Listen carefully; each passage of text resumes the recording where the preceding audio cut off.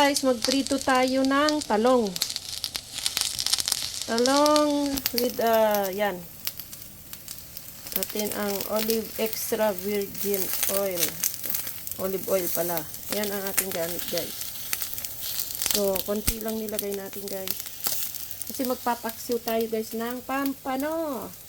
Ano siya guys? Then, magpiprito tayo ng, iprito natin ng isda guys. Bago natin ipaksiw. Na guys, yung ating pampano. Ito yung ating talong. Guys, lagyan na natin yung sibuyas, bawang, at luya.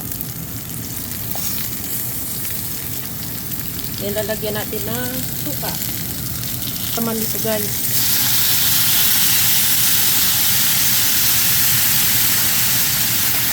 Yan. Sukain natin.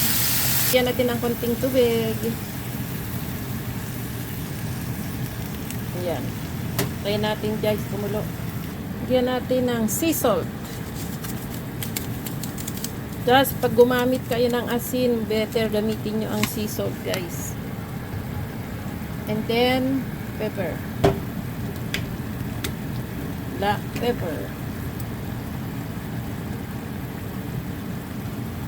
Yan guys, ilagay natin yung talong guys. Yan, masarap yan sa paksiw guys.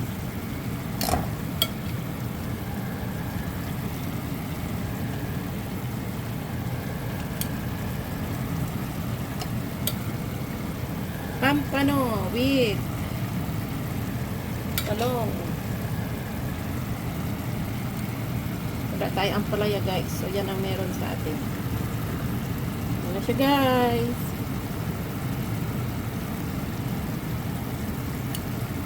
Luto na ito guys. Kasi naprito na natin yung ano. Kain tayo guys.